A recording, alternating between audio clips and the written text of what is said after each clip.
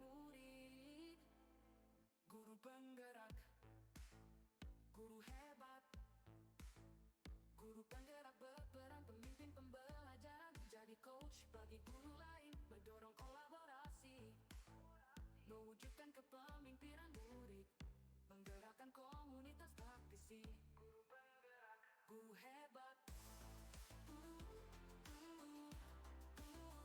hebat, guru hebat, kolaborasi, refleksi, dan pusat pada murid. Nilai guru penggerak yang kami miliki menjadikan kami guru penggerak yang tergerak, dapat menggerakkan dan bergerak sesuai dengan kebutuhan murid. Guru penggerak, guru penggerak, guru hebat, guru penggerak, pembelajaran, menjadi coach, mendorong kolaborasi, mewujudkan kepemimpinan. Izin mulai, Pak. Bapak Ibu, Assalamualaikum warahmatullahi wabarakatuh. Alhamdulillah, di pagi yang cerah ini kita kembali berkumpul di ruangan yang sudah kita siapkan. Salawat dan salam semoga selalu tercurahkan dari Tuhan kita Muhammad SAW. Nah, Bapak Ibu, mohon izin berdiri di sini. Bukan berarti saya mau mengajari, tapi ini salah satu tugas kami yang sedang menjalani pendidikan guru penggerak. Kami harus menyampaikan diseminasi tentang budaya positif yang sudah kami pelajari sekitar hampir 1 bulan, dan harus kami sampaikan di dalam forum di sekolah ini dalam waktu sekitar 1 jam. Jadi mohon maaf jika nanti yang kami sampaikan hanya kulit-kulitnya saja, karena coba dibayangkan mempelajarinya 1 bulan, tapi harus disampaikan intinya dalam waktu 1 jam. Ini langsung mulai, Bapak Ibu. Yang akan kami sampaikan yaitu tentang budaya positif. Salam, ini kami sebagai CGP Angkatan 11 dari Kabupaten Cirebon. Mungkin Bapak Ibu juga sudah tahu, beberapa waktu yang lalu kami sudah menyibukkan diri sendiri di kelas. Tapi mungkin ini untuk dokumentasinya nampak di sini nanti. Nah, Bapak Ibu, untuk memulai, coba terbaca nggak Pak Rizal? Apa itu Pak Rizal? Soalnya Pak Rizal tadi lihat HP sambil cemberut. Sebelum memulai, marilah kita senyum selama 30 detik. Nah, Bapak Ibu, diharapkan selama 1 jam ini, yang pertama kami tawarkan, kita membuat kesepakatan. Yang pertama, saling menghargai. Yang kedua, menjadi pendengar yang baik. Yang ketiga, boleh sambil makan dan minum.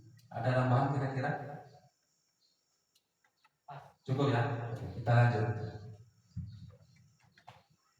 Nah, Bapak Ibu, sebaiknya seorang guru itu harus memiliki kemampuan dalam mewujudkan budaya positif di sekolah dengan menjalankan konsep-konsep inti seperti ini. Ada 6 yang akan kita bahas secara singkat. Yang pertama itu tentang disiplin positif, lalu motivasi perilaku manusia, yang ketiga keyakinan sekolah atau kelas, keempat kebutuhan dasar manusia, yang kelima posisi kontrol restitusi, dan yang terakhir segitiga restitusi. Yang pertama kita masuk tentang disiplin positif, Bapak Ibu. Fotonya ingat ya, tahu semua Bapak Ibu. Ini salah satu siswa kita yang luar biasa, anak kesayangan Bapak Ibu. Jadi disiplin positif merupakan suatu cara penerapan disiplin yang mengajarkan anak bertanggung jawab dan menumbuhkan kesadaran diri berdasarkan nilai-nilai kebajikan. Lalu disiplin positif itu lebih ke arah disiplin diri yang dapat mengontrol diri dari dalam melakukan suatu tindakan. Ini foto ini kenal Pak Rizka? Tahu Bu Nada? Tahu ya, anak Bu Nada. Disiplin diri dapat membuat murid memahami dan menyadari berdasarkan motivasi internal, bukan akibat paksaan ataupun pujian, apalagi karena hukuman. Nah, disiplin positif ini dari nilai kebajikan tadi yang kita pakai di kurikulum Merdeka, yaitu yang sudah sering kita dengar selama ini, yaitu karakter profil pelajar Pancasila yang berjumlah 6. Biasanya ini kalau Bu Ayu sudah hafal dengan nyanyian-nyanyiannya. Ya, biasanya ya. Kita lanjut dulu. Setelah itu disiplin positif, kita masuk ke motivasi perilaku manusia. Atau yang disiplin positif tadi ada yang perlu dipertanyakan lebih dahulu nggak, Pak? Kita lanjut dulu. Lanjut ya. Motivasi perilaku manusia itu terdiri dari 3, Pak. Yang pertama itu biasanya untuk menghindari ketidaknyamanan atau hukuman. Nah, ini biasanya terhadap anak-anak kita. Dia melakukan sesuatu itu takut dihukum, makanya dia melaksanakan itu. Itu salah satu motivasi. Itu motivasi yang dari luar, motivasi ekstrinsik. Lalu yang kedua itu biasanya untuk mendapatkan imbalan atau penghargaan. Nah, ini juga termasuk motivasi, tapi dia berharap sesuatu. Jadi dia ini motivasi ekstrinsik juga dari luar dirinya. Lalu yang terbaik itu sebenarnya yang ketiga. Untuk motivasi itu memang untuk menjadi orang yang mereka inginkan dan menghargai diri sendiri dengan nilai-nilai yang mereka percaya tadi. Jadi sebaiknya kalau kita menjadi seseorang itu, kita memang ingin melaksanakan sesuatu itu dari diri sendiri, dari dalam diri sendiri, atau motivasinya dari dalam diri. Selanjutnya tentang keyakinan sekolah atau kelas. Ini Bu Nana siapa namanya?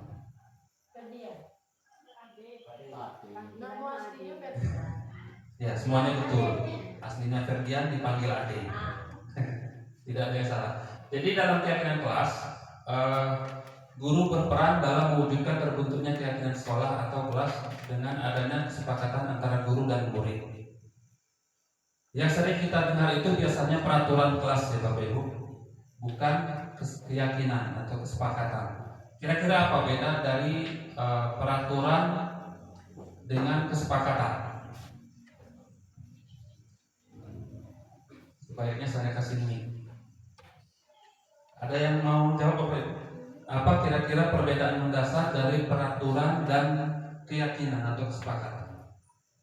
Kalau peraturan dibuat sendiri. Ya, mohon dimohon Bu. Menurut pendapat saya, kalau peraturan itu dibuat sendiri oleh guru. Kalau keyakinan atau kesepakatan itu dibuat berdasarkan kesepakatan guru dan siswa. Iya, tepat sekali, luar biasa. Tepuk tangan untuk Bima. Jadi senior kita pun masih mengingat pengalamannya bahwa peraturan itu memang biasanya satu arah, kita yang menentukan sebagai guru. Sementara kalau kesepakatan itu kita mengajak siswa untuk menyepakati walaupun dalam kontennya terkadang itu memang sama. Cuman prosesnya yang perlu, karena anak-anak perlu dilibatkan dalam membuat suatu kesepakatan. Bu, yang ibu air mana ya?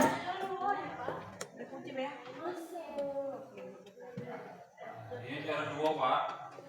Kan disalib di terakhir. Siapa yang mau ya? Siapa yang ada dek? Silakan sambil dinikmati Bapak Ibu. Apa yang sudah ada di depan. Ibu, siapa dek? Siapa? Ya, kita lanjut Bapak Ibu. Penjelasan Ibu Mariani tadi memang benar ya. Peraturan itu lebih satu arah, kita yang menentukan sebagai guru. Ini aturannya, silakan ditaati. Kalau kesepakatan tadi, siswa terlibat dalam menentukan aturan-aturan yang akan dijalankan di kelas. Ini foto siapa Bu? Nah, Natasha. Luar biasa, benar-benar masih ingat anak-anaknya. Jadi keyakinan sekolah atau kelas itu berupa pernyataan universal yang mudah diingat dan dipahami dan harus diterapkan di lingkungan sekolah. Ini contoh, saya kemarin baru sebatas membuat kesepakatan. Nah, kalau keyakinan ini dia lebih universal lagi. Ini contohnya. Jadi semua kesepakatan ini kalau dilanggar bisa kita kembalikan ke keyakinan ini. Dia melanggar yang keyakinan mana. Jadi kalau untuk ditampilkan di dalam ruang kelas, lebih sebaiknya nanti dari kesepakatan kelas kita ubah menjadi keyakinan yang lebih mendalam berdasarkan nilai-nilai kebajikan universal. Jadi misalnya anak sini maaf tidak hadir, datang tepat waktu. Jadi seandainya anak datangnya tidak tepat waktu, maka dia akan melanggar salah satu keyakinan di sini. Nah ini suatu saat mungkin kedepannya nanti saat kita gombal, kita coba bagaimana membentuk keyakinan di kelas terlebih dahulu dan di sekolah secara universal.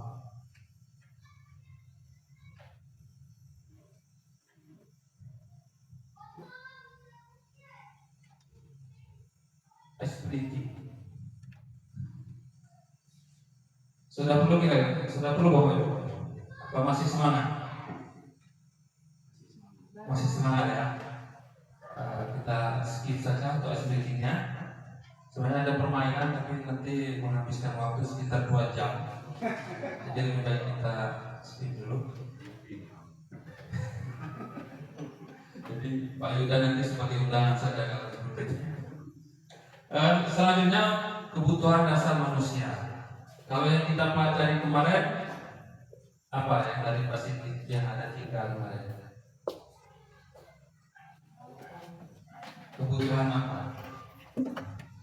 Pak Rizkan ini ada yang disampaikan Pasifik 3 kebutuhan.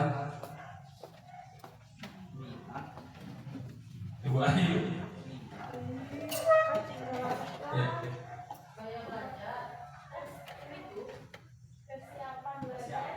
Ya, minat belajar dan profil. Itu kebutuhan untuk kebutuhan apa itu Pak? Kebutuhan belajar, kebutuhan dasar untuk belajar. Nah, kalau ini yang kami sampaikan sebagai manusia, kita sebagai manusia memiliki kebutuhan dasar. Kebutuhan dasar kita ada berapa? Ada yang sudah tahu? Masih ingat Pak Yuda? Jangan ya.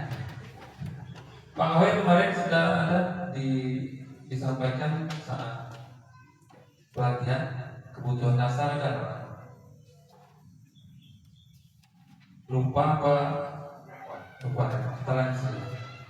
Jadi ketika seorang murid melakukan suatu perbuatan yang bertentangan dengan nilai-nilai kebajikan atau melanggar peraturan, hal itu sebenarnya dikarenakan mereka gagal memenuhi kebutuhan dasar mereka. Ya, jadi kita lihat nanti di selanjutnya apa kebutuhan dasar manusia. Nah ini gambar ini mungkin Ibu Nanda juga pasti sangat familiar dengan anak ini. Apa yang bisa Ibu Nanda gambarkan dari anak kita yang ini? Untuk sehari-harinya apa yang Ibu Nanda ingat?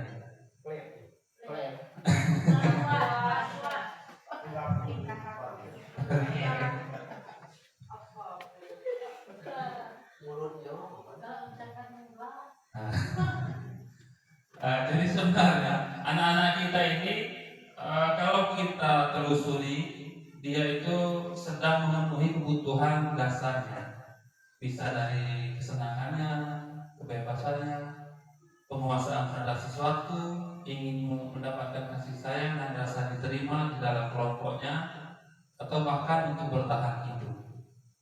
Jadi kebutuhan dasar manusia ada 5. Nah, sekarang kita coba ke studi kasus Bapak Ibu.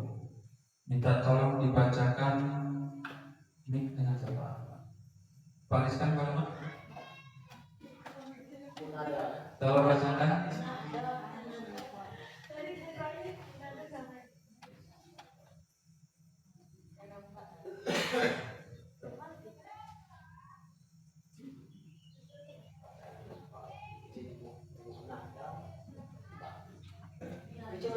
Nah, ini bukan di sekolah kita ya, Bapak Ibu. Silakan Pak Rizkan, tolong dibacakan. Tadi kasus Ibu Nada wali kelas 4 sedang bingung menghadapi ulah salah satu murid di kelasnya.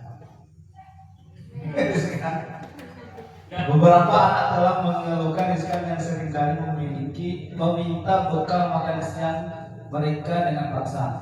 Jika Anda menghadapi situasi seperti Ibu Nada, apa yang akan Anda lakukan? Menurut Anda, kira-kira apa alasan Rizkan melakukan hal itu? Nah, Bapak Ibu, studi kasus ini kita kembalikan ke 5 kebutuhan dasar manusia tadi.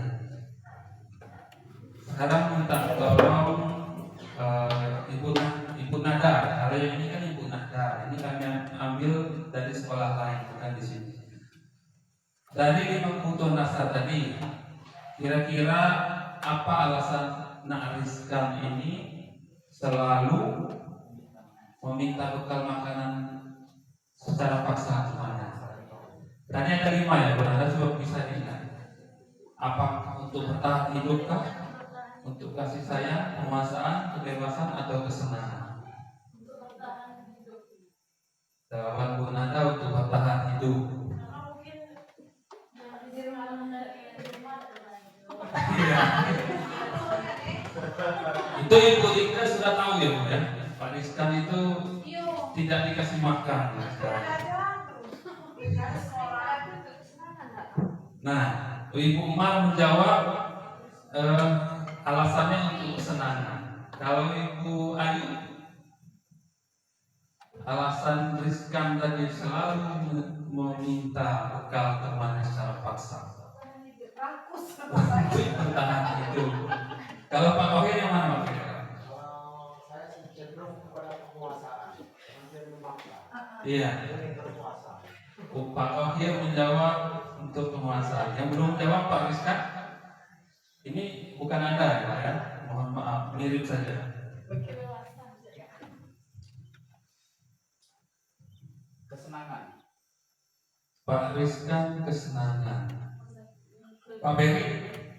Lebih ke penguasaan. Pak Beri sama dengan Pak Ohir, dengan bapaknya penguasaan. Karena Ya. pada saat anak sekarang tadi grounded sponsor. Memang ada sesuatu Maju, kita makan. Jadi kelas itu Oh, oke, kita lihatkan lagi studi kasusnya. Ini di sekolah lain, Bu Rita. Jadi Bu Nahda ini wali kelas 4. Bingung, salah satu muridnya ini bernama Rizkan. Sering meminta bekal makan siang teman-temannya secara paksa. Ya. Dikembalikan ke kebutuhan dasar manusia ini, kira-kira yang mana yang sedang ingin dipenuhi Rizkan maksudnya. kasih sayang dan rasa diterima. Nah, Ibu Rika menjawab dia sedang Butuh kasih memenuhi sayang. kasih sayang dan rasa diterima. Iya kan? Yang bisa. Iya kan? Ya kan kayak mama tidak ada kalau kasih sayang. Butuh kasih sayang. Pak Widi boleh Pak Widi, kira-kira yang mana Pak Widi? Kasih sayang, Oh, kasih sayang. karena kasih sayang itu penting. Siap. Sangat dibutuhkan. Kesal ide, Pak. Terakhir Bu Umar yang belum ya Bu Umar? Jawaban sini. Oh sudah. Oke. Nah Bapak Ibu kita bahas kemungkinan pertama. Jadi kan kita tidak bisa langsung anak ini ya harus tidak boleh mengecat ya. Kemungkinan pertama, jadi Rizkan ini ia lapar, orang tuanya tidak membawakan bekal makan siang, maka kebutuhan dasar yang sedang berusaha dipenuhi oleh Rizkan adalah untuk bertahan hidup, survival. Jadi yang menjawab ini siapa ya? Jadi bisa, alasan satu bisa adalah yang penting kita langsung cross check dengan anak-anak kira-kira apa alasan. Jadi kan berdasarkan alasan kita nanti tahu apa kebutuhan dasar yang sedang ingin dipenuhi. Lalu yang alasan yang kedua,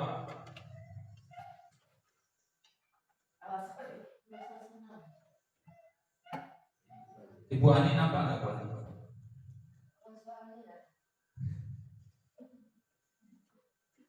Coba Bu Rika tolong bacakan.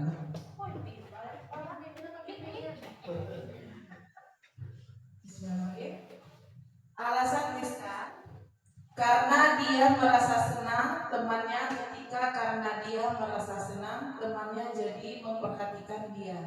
Ketika temannya melaporkan tindakannya itu pada gurunya dan gurunya memberitahu orang tuanya sehingga orang tuanya jadi memperhatikan dia. Maka kebutuhan dasar yang sedang dipenuhi Tommy belum Rizkan ya? Dipenuhi Rizkan adalah kebutuhan akan kasih sayang dan rasa diterima. Nah, ini bisa jadi alasan yang kedua. Jadi satu kasus kalau kita telusuri, jadi berdasarkan alasan kita akan mengetahui kebutuhan dasar yang sedang diusahakan anak kita. Jadi kalau dia seperti ini, dia sedang butuh kasih sayang dan rasa diterima seperti jawaban Bu Rika tadi. Kurang perhatian. Bukan Bu, ini tadi sebenarnya aslinya Tommy. Tapi karena lebih kontekstual mungkin kita impor nama anaknya dengan inisial Rizka. Junet yang bagus ya kan? Kita lanjut Pak. Bu Tommy. Yang ketiga, ini tolong Bu Nanda baca. Alasan Rizkan yang ketiga karena temannya jadi takut dan menuruti keinginannya, maka sebetulnya Rizkan sedang berusaha memenuhi kebutuhan dasarnya akan kekuasaan. Jadi ini yang dijawab Pak Tohir dan Pak Ferry tadi kan, sedang memenuhi kebutuhan dasar akan kekuasaan. Nah, dari tiga alasan ini jadi kita bisa menentukan apa kebutuhan anak kita berdasarkan alasannya ya Bapak Ibu. Jangan kita langsung menebak, hei kamu tidak bawa bekal karena ibumu tidak masak ya, padahal dia memiliki alasan yang lain. Nah, ini masih ada alasan yang keempat. Tolong Pak Rizkan bacakan. Nanti Pak Tohir yang bagian kesimpulan. Alasan Rizkan yang keempat karena dia merasa bosan dengan bekal makanan yang dibawakan ibunya dari rumah. Karena ibunya selalu membawakan bekal yang sama. Oleh karena itu dia ingin mencoba makanan teman-temannya yang beraneka ragam. Maka Rizkan sedang berusaha memenuhi kebutuhannya akan kebebasan. Nah, ini alasan lain lagi dan masuk akal kan Bapak Ibu. Jadi dengan alasan ini si Rizkan sedang memenuhi kebutuhannya akan kebebasan. Bosan ya, bawa terus. Pak Ferry tahu. Tapi belum biasanya lama bosannya ya Pak. Sukanya itu geprek sih. Bisa sampai 2 tahun dulu.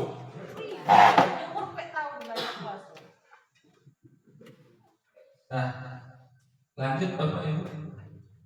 Ternyata masih ada alasan yang kelima. Tolong Bu Ayu lagi.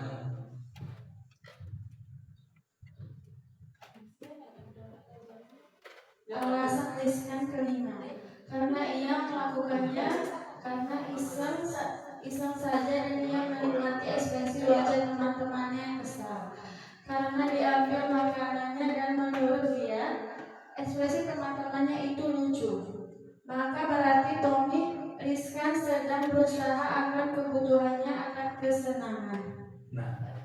Dengan alasan seperti ini, anak Rizka ini iseng, jadi dia sedang berusaha memenuhi kebutuhannya tentang kesenangan. Nah, kalau kasih linknya ke Pak Koki. Simpulkan Pak. Jadi minta tolong kepada Pak Koki dari studi kasus ini, apa yang bisa kita simpulkan?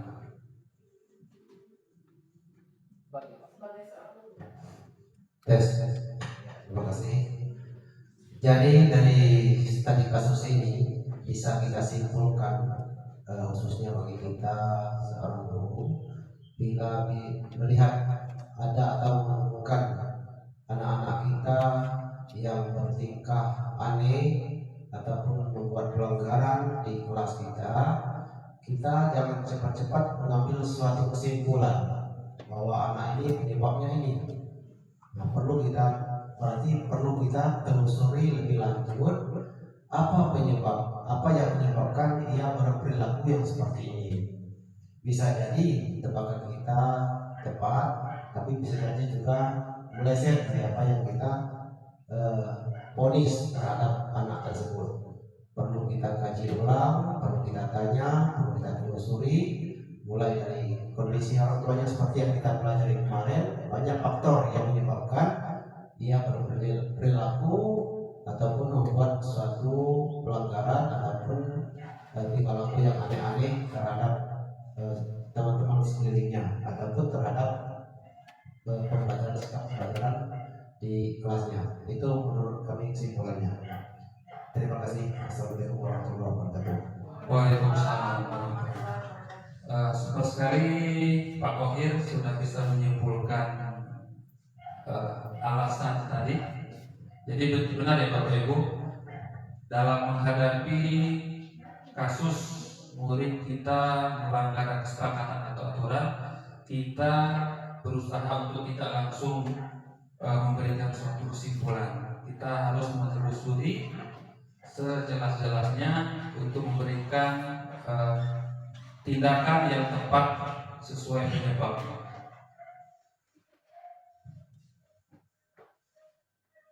Lalu submateri selanjutnya tentang posisi kontrol restitusi. Nah Bapak Ibu, selama ini kita sebagai guru itu memiliki 5 kontrol restitusi. Kita memiliki 5 posisi sebagai kontrol di sekolah. Yang pertama itu guru sebagai penghukum. Jadi menurut suatu penelitian, sekarang anak itu karakternya sangat banyak yang menyimpang, karena salah satunya kita itu sebagai guru posisinya selalu sebagai penghukum. Apa sedikit kesalahan anak kita berikan hukuman, sedikit yang melanggar langsung kita hukum. Jadi ini menyebabkan kebutuhan dasar tadi tidak terpenuhi, tidak tepat kita melakukan langsung sebagai penghukum.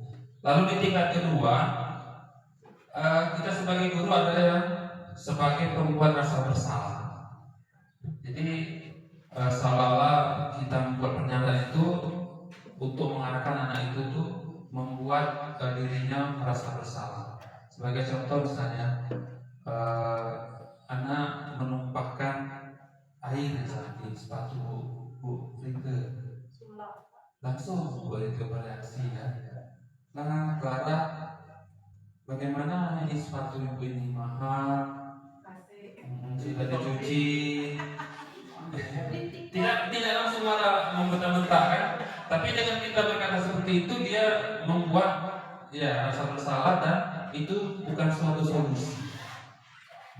Untuk yang ketiga, guru sebagai teman. Nah ini juga banyak contoh Bapak Ibu. Kita terlalu dekat dengan anak.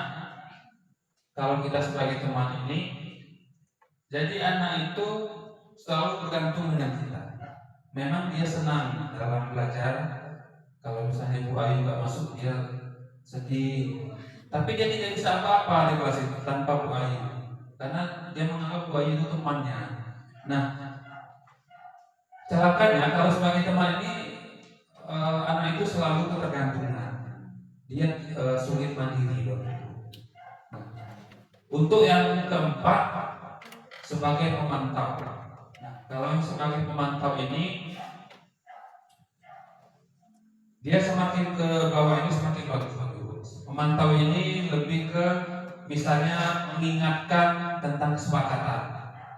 Misalnya Pak Rizkan tadi tidak membawa bekal, dia mengingatkan Pak Rizkan melanggar kesepakatan yang mana, mengganggu teman, ya. Nah, tapi anak ini tidak diberi tindak lanjut yang sesuai dengan kebutuhannya. Jadi pemantau ini pun masih memiliki kekurangan. Sebaiknya kita sebagai guru itu sebagai manajer. Nanti kita lihat bagaimana posisi guru sebagai manajer. Nah, jadi posisi kontrol tadi ada 5. Nanti masuk di kuisnya Bapak Ibu. Tolong diingat-ingat ya. Ini agak kecil. Nah, jadi dari posisi kontrol ini terdapat 3 bagian besar. Nah, yang bagian pertama ini penghukum dan pembuat rasa bersalah. Ini motivasinya biasanya anak itu hanya ingin menghindari hukuman. Ya, motivasinya pun dari luar dirinya. Kalau yang tengah ini sudah cukup baik Bapak Ibu sebagai teman dan pemantau, tetapi ini motivasinya dia itu mengharapkan imbalan atau dia bergantung pada orang lain, terutama kita sebagai guru. Dan kesuksesannya pun itu motivasinya masih dari luar dirinya. Lalu yang paling baik sebaiknya posisi kita sebagai manajer, jadi motivasi anak itu memang ingin menghargai dirinya, bukan karena sesuatu dari luar. Dan inilah kontrol diri, kesuksesannya mengontrol diri dari motivasi intrinsik atau bagian dalam. Nah, dari contoh-contoh pertanyaan guru ini kan sudah nampak. Kalau penghukum, kalau kamu tidak melakukannya, awas ya, rasakan. Kalau misalnya kamu rasa bersalah, kamu seharusnya sudah tahu, ibu lelah sekali mengatakannya, ibu stres. Jadi anak itu nanti dia dengan kesalahannya dia merasa bersalah. Lalu yang teman ini lebih kerap ya, ayolah lakukan demi ibu. Masa kamu tidak mau? Ingat, tidak ibu pernah bantu. Jadi lebih dekat ya, tapi ini membuat ketergantungan. Lalu kalau yang pemantau ini tadi ya seperti itu, dia selalu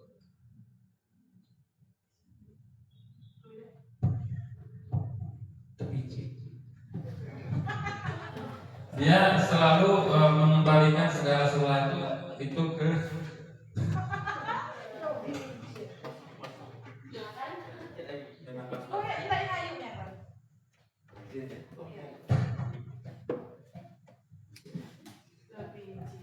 itu harus dikat. Jadi dia selalu mengembalikan ke peraturan yang sudah ada. Dia biasanya belum memberikan tindak lanjut yang sesuai kebutuhan anak. Nah, kalau sebagai manajer, kita sebagai guru bisa menggali keyakinan anak itu, kita bisa membuat dia menyadari kesalahannya, dan kita bisa mengarahkan apa solusi ke depan agar anak itu tidak melakukan kesalahan yang sama. Jadi diharapkan sebagai manajer ini kita bisa mengoptimalkan karakter dari murid kita. Ini kalau dibahas semua nanti terlalu panjang. Jika ada pertanyaan boleh nanti kita sharing di grup atau di lain waktu.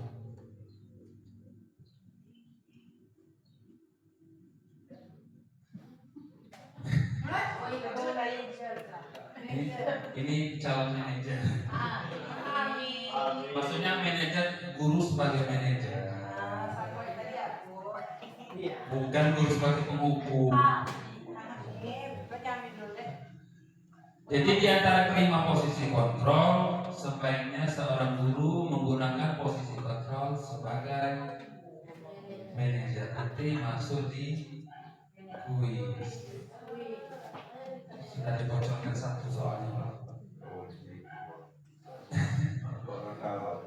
Ini siapa ini Bu? Paris itu. Nah, jadi sebagai manajer, guru dapat membuat sesuatu bersama murid, mempersilahkan murid bertanggung jawab dan mendukung murid agar menemukan solusi. Kami kemarin secara singkat mencoba membuat video secara sengaja ya. Jadi anak-anak dibuat seolah-olah melanggar peraturan, bagaimana kita menanggapinya, bagaimana mereka bisa harusnya menyadari kesalahannya dan membuatkan solusi ke depan. Tapi karena waktunya kemarin sangat singkat, waktu itu kita lomba kan, kemarin hanya 5 menit, kami buat 10 menit tidak sampai, sudah ditunggu Pak Wakil, sudah makan di kantor. Jadi mungkin memang belum maksimal, tapi mudah-mudahan bisa mewakili ya. Selain itu, posisi manajer mengacu pada restitusi yang dapat menjadikan murid sebagai manajer bagi dirinya sendiri, sehingga dapat tercipta identitas positif pada diri murid. Jadi murid yang menentukan, oh iya saya salah, oh kenapa saya salah, oh apa yang harus saya lakukan, seperti itu Bapak Ibu. Nah selanjutnya materi ini tentang segitiga restitusi, lanjutan dari 5 posisi kontrol tadi Bapak Ibu. Segitiga restitusi memiliki 3 tahapan. Jadi tahapan ini sudah urut mulai dari bagian dasar, menstabilkan identitas, lalu ke bagian ini kita memvalidasi tindakan yang salah, dan yang terakhir menanyakan keyakinan. Jadi dalam mengatasi anak yang melanggar peraturan atau kesepakatan, yang pertama harus kita lakukan adalah menstabilkan identitas. Contohnya seperti ini. Misalnya siapa anak Pak Rizkan yang fotonya di awal tadi? Desti. Ya. Misalnya Desti terlambat ke sekolah. Nah, jadi cara menstabilkan identitasnya jangan kita langsung memarahi. Desti, kenapa kamu bisa terlambat? Jadi kita stabilkan identitas itu, kita tanya dulu, Desti hari ini datang terlambat, tapi dengan nada yang begitu kan, mengaku deh, iya Pak. Jawaban kita kuatkan dulu, kita stabilkan dulu. Oh, tidak apa-apa nak, semua orang juga pernah terlambat. Banyak orang yang sering atau pernah terlambat. Nah, dengan demikian dia merasa, oh bukan saya sendiri yang membuat kesalahan. Nah, lalu dengan begitu, kalau dia sudah stabil, sudah tidak ada emosi, tidak takut, dia merasa sudah diterima ya. Lalu kita validasi tindakannya. Iya, kira-kira seperti itu. Tapi ya, kenapa kira-kira Desti terlambat? Nah, baru dia nanti menjelaskan alasannya. Oh, karena malam tadi misalnya membantu ibu memotong-motong sayur, misalnya untuk membuat bekal seperti apa. Nah, dengan ini oke. Tapi untuk di sekolah, kan kita tanyakan, apakah terlambat itu sesuatu yang dibolehkan? Jadi Dengan demikian nanti kita arahkan anak itu dia menyadari kesalahannya. Dan yang terakhir baru kita kaitkan dengan peraturan atau keyakinan kita di kelas. Nah, Desti, kalau terlambat itu kira-kira melanggar keyakinan kita yang mana? Dan terakhir kita berikan solusi bagaimana cara agar selanjutnya Desti tidak terlambat lagi. Mungkin seperti itu, Bapak Ibu.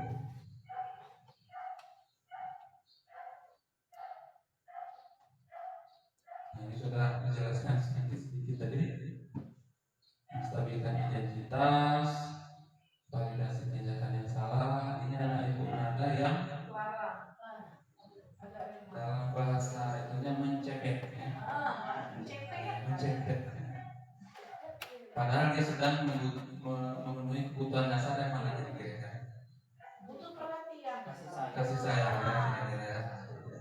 Lalu validasi tindakan yang salah dan menanyakan keyakinan. Kalau anak yang ini, Ibu Nada bagaimana kesannya dengan si Vina? Vina ini pintar, cuman kan selama di kelas 4 tuh dia udah biasa. Terus tuh dia ada gangguan penglihatan dari jauh, lah disarankan pakai kacamata. Dan itu mulai Kalau kesehariannya memang bagus. Iya. Ini ya memang saya pilih karena dia anaknya penurut, kan. Semua petugas itu cepat, jadi mewakili. Nah, ini sudah disampaikan di awal tadi, jadi disimpulkan materi kita yang sudah kita bahas secara ringkas tentang disiplin positif, motivasi perilaku manusia, keyakinan kelas atau sekolah, kebutuhan dasar manusia, posisi kontrol, dan segitiga restitusi. Iya. Kalau ini Bapak Ibu kenal ya? Terima kasih Bapak Ibu. Demikian semoga presentasi ini dapat menginspirasi. Akhir kata semoga tergerak, lekas bergerak dan mari menggerakkan seperti moto guru penggerak. Jadi untuk tambahan sedikit untuk rekan-rekan kami yang masih muda, mari kita bergabung ke guru penggerak ini karena begitu banyak prioritas yang akan kita dapatkan. Terutama yang pertama yang masih honorer mendapat prioritas untuk P3K ya. Yang belum PPG mendapat golden ticket untuk PPG prioritas. Lalu untuk yang sudah lumayan senior mau jadi pengawas tidak mesti harus jadi kepala sekolah dulu. Kalau sudah ada guru penggerak, dari guru ikuti ujian kompetensi bisa menjadi pengawas langsung. Atau juga sekarang mau jadi kepala sekolah, syaratnya juga harus ada sertifikat guru penggerak. Nah, jadi begitu banyak kedepannya manfaat jadi guru penggerak. Silakan Bapak Ibu yang lain. Kalau yang saya rasakan selama ini tugasnya tidak terlalu berat, yang penting kita jalani saja. Apa yang tugas kita selesaikan, tidak mesti harus sempurna, yang penting semuanya selesai. Informasinya, angkatan 12 sebentar lagi akan dibuka untuk CGP-nya karena untuk rekrutmen pengajar praktiknya sudah ada. Jadi biasanya kalau sudah ada rekrutmen pengajar praktik segera juga untuk CGP. Silakan bersiap nanti kalau untuk koordinasi, sharing bisa kita di kelas atau di lain kesempatan.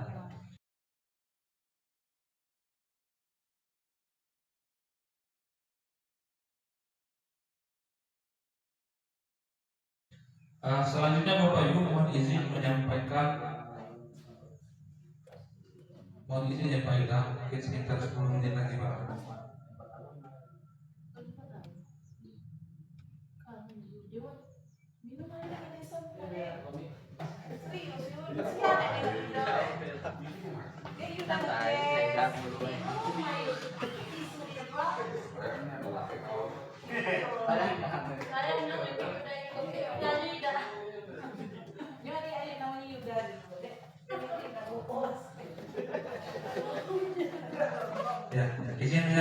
lanjutkan ya Bapak Ibu.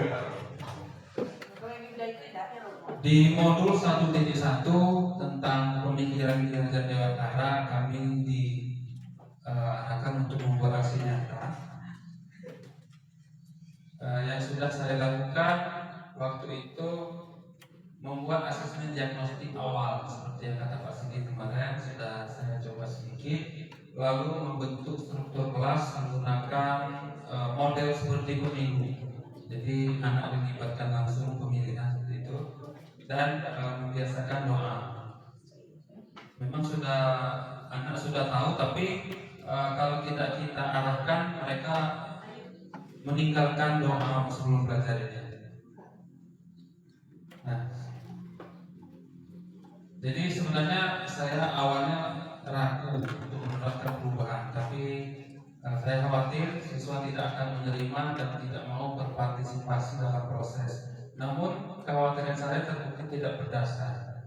Siswa ternyata antusias dan terlibat aktif dalam kegiatan. Mereka senang dengan struktur kelas yang baru dan merasa lebih dihargai karena memiliki suara dalam pengambilan keputusan.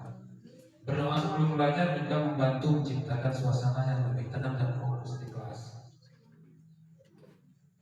Nah, seiring berjalannya waktu, saya mendapatkan banyak ide dan gagasan baru untuk meningkatkan penerapan pemikiran Ki Hajar Dewantara di kelas. Saya belajar bahwa penting untuk selalu fleksibel dan terbuka terhadap perubahan. Saya juga belajar bahwa penting untuk membangun hubungan yang kuat dengan siswa. Nah, ini yang sudah saya lakukan. Pentingnya asesmen diagnostik awal kemarin, efektifnya struktur kelas yang demokratis, dan manfaat membiasakan berdoa sebelum belajar. Ini diawali waktu itu saat kita libur ya Bapak Ibu, pendampingan individu yang pertama di waktu libur. Lalu ini anak-anak mengisi tentang dirinya, apa hobinya, siapa nama orang tuanya, apa kegiatannya di rumah. Jadi untuk mengetahui asesmen diagnostik tentang kognitif di luar sekolah. Lalu ini suasana kami membuat suatu kelas secara demokratis. Jadi anak-anak memberikan suaranya masing-masing, jadi merasa dihargai seperti itu Bapak Ibu, dan seru mungkin. Lalu seperti biasa sebenarnya kalau doa sudah biasa, tapi harus kita biasakan terus, karena kalau tidak kita arahkan, anak-anak tidak mau berdoa. Nah, ini pendapat anak-anak tentang kegiatan waktu itu dan kesimpulan. Lalu aksi nyata yang kedua Bapak Ibu, mohon izin secepatnya saja Bapak Ibu.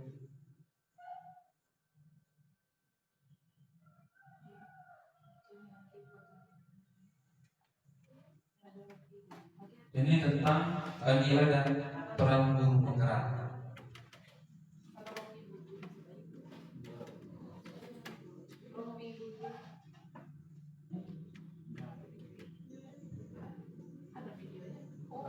Pak Widin, tolong Pak Widin berjalan nggak itu? Dilihat saja. Jadi yang aksi nyata kedua ini membangun kesepakatan kelas yang seperti sudah saya tampilkan di awal tadi di presentasi tadi. Saya mencoba membangun kesepakatan kelas. Nah, seperti ini anak-anak diberikan contoh kesepakatan satu-satu dan mereka mengiyakan atau menolak peraturan atau kesepakatan yang saya tawarkan. Jadi prosesnya kemarin saya berikan poin-poin yang bukan harus ya, kira-kira mau disepakati. Kalau oke, tinggal mereka centang iya dan mereka tanda tangan di bawah. Ini prosesnya, itu dokumentasi yang ada. Nah, dampak positifnya tercipta lingkungan belajar yang lebih positif dan kondusif, motivasi dan semangat belajar murid, rasa tanggung jawab dan disiplin, serta hubungan yang lebih baik antara guru dan murid. Memang masih terjadi banyak kekurangan karena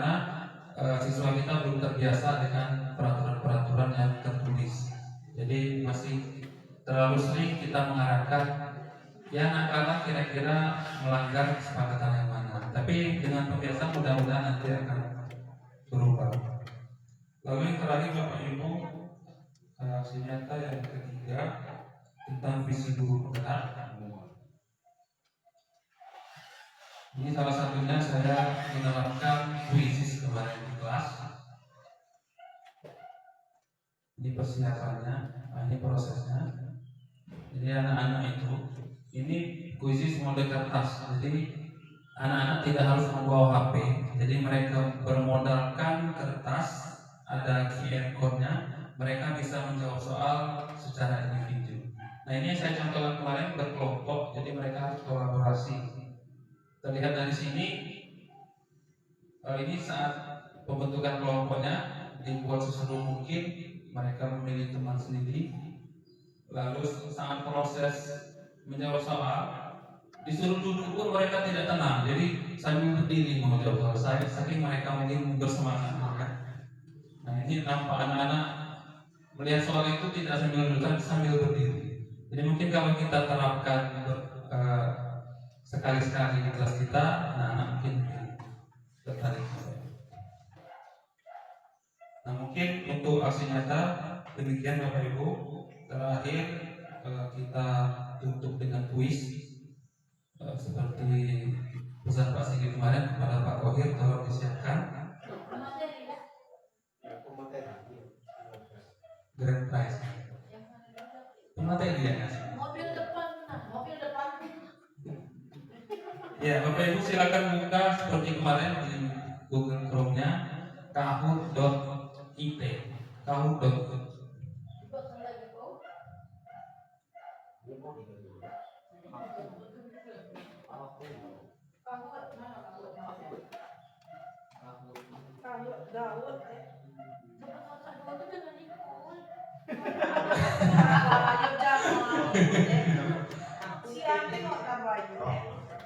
Kahoot.it.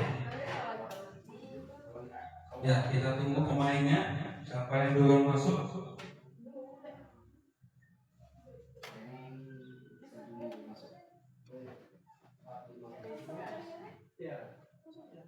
Bukan Linda.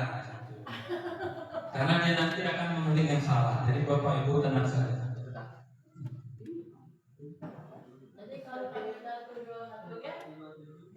Nah, ada Ibu Nahda yang tadi dan Pak Rizka. Sembari menunggu teman semua yang masuk bisa diganti-ganti Bapak Ibu untuk avatarnya. Ibu Ayu pakai tanduk. Pak Kohir sangat tepat memilih rambutnya. 2, 4, 6, 7. Sudah masuk semua? Saya ditunggu.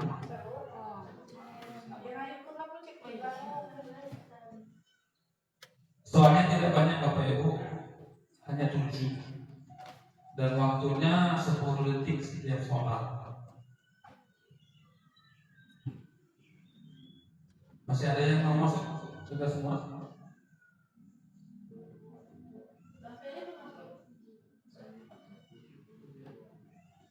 Satu lagi.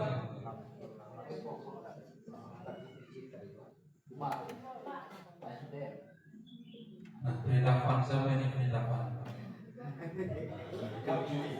Oh, jangan tahu. Nanti soalnya door prize-nya nggak bisa dikasih kalau namanya nggak tahu kan? Biar kada bahagia. Cukup ya Ibu. Satu lagi nih, masuk 10. Baik.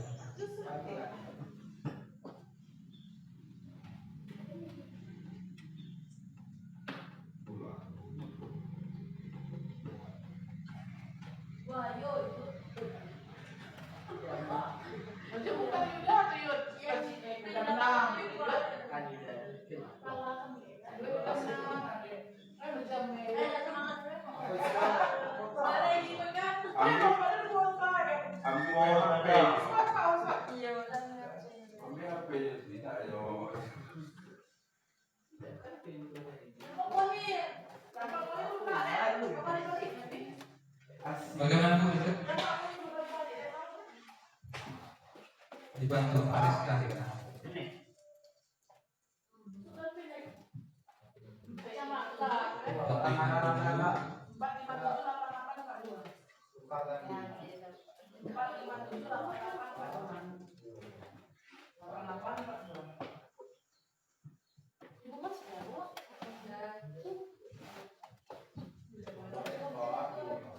Peri, tomper, peri, di mato, bidanya.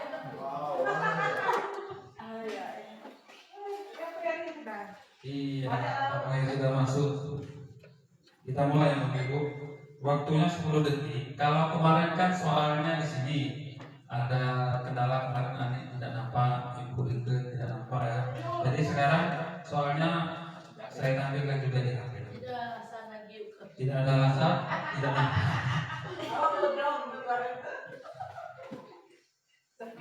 Ya, sembari Pak Kohir menyiapkan Google Press, mari kita kerjakan. Mobil depan tuh Kak. Yang pertama,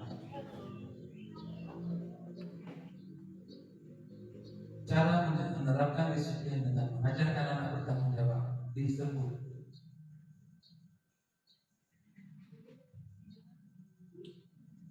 tiga, dua, satu. Bapak Ibu muncul kan suara itu? Soalnya di HP masing-masing muncul ya? Nah, yang benar ada 4.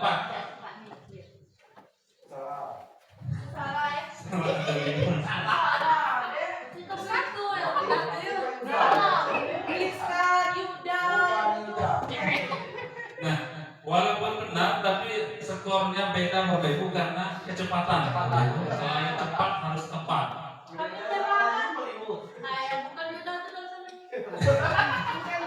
Bukan Yuda, nanti tidak mendapat hadiah.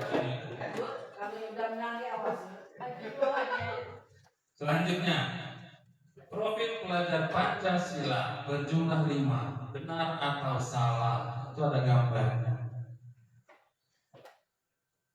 Iya, masih ada yang salah. Masih ada yang salah. Sudah dikasih bocoran gambarnya pun masih salah pencet. Salah pencet. Oh, ada perubahan di sekarang. Kita lanjut Bapak Ibu. Bukan juga ini kita apakan. Benar atau salah? Guru sebagai penghukum adalah posisi kontrol yang paling harus dihindari. Ini harusnya benar semua. Lah, wah salah cek. Mas.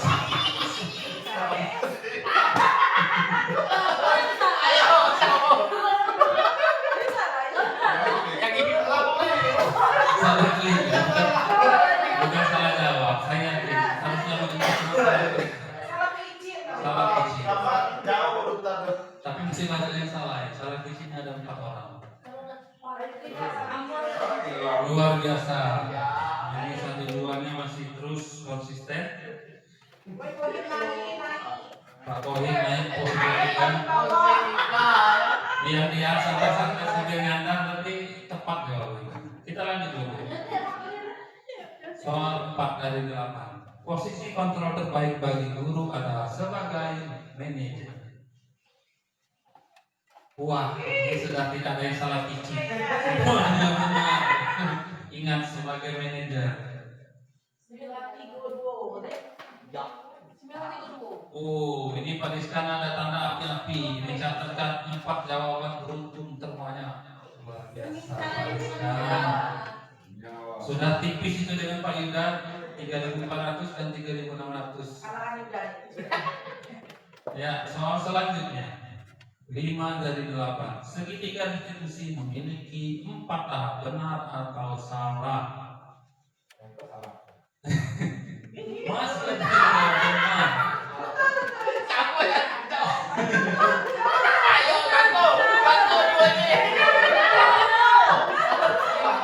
Itu pasti bukan Yuda. Kan segitiga memiliki 4. kita lihat dulu. Siapa yang Saperi? Udah naik. Iya, mana Pak Kohir tadi? Rizka mencatatkan 5 jawaban beruntun terbanyak. Luar biasa. Kita lanjutkan lagi Bapak Ibu. Pertanyaan 6 dari 8. Motivasi perilaku manusia tadi ada 3. Benar atau salah? Rasanya yang bukan udah terlalu dalam, yuk. Kenapa kamu mutar deh? Masyarakat satu yang salah dan satu tidak sempat menjawab. Ya. Ini ada 9. Oh ya mutar benar itu? Mungkin kesalahan sinyal. Kita salahkan saja sinyal. Jangan salahkan kita. Soal berikutnya. Oh, kita lihat dulu papan skor. Tidak bergerak di atas Bapak Ibu masih bukan dan Rizka. Bu Rike naik. Posisi luar biasa.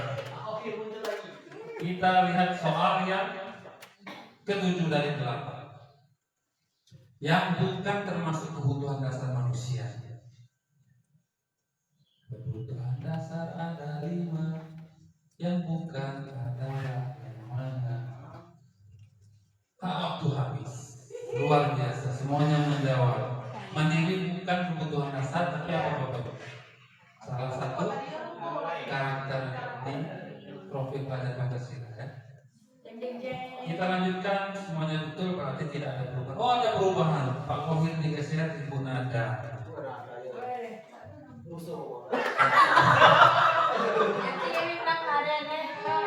Nah, ini soal terakhir Bapak Ibu silakan dijawab. Benar atau salah? Posisi kontrol sebagai guru ada 5. Penghukum, pembuat merasa bersalah sebagai teman pemantau dan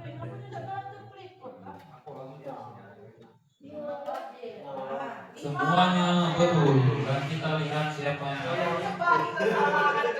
ada di pemantau. Ketiga, ada Ibu Rike.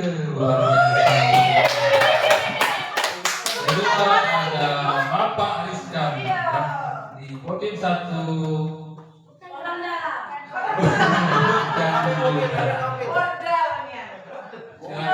Silakan disimpan, nanti lagi door prize-nya kepada panitia. Ya.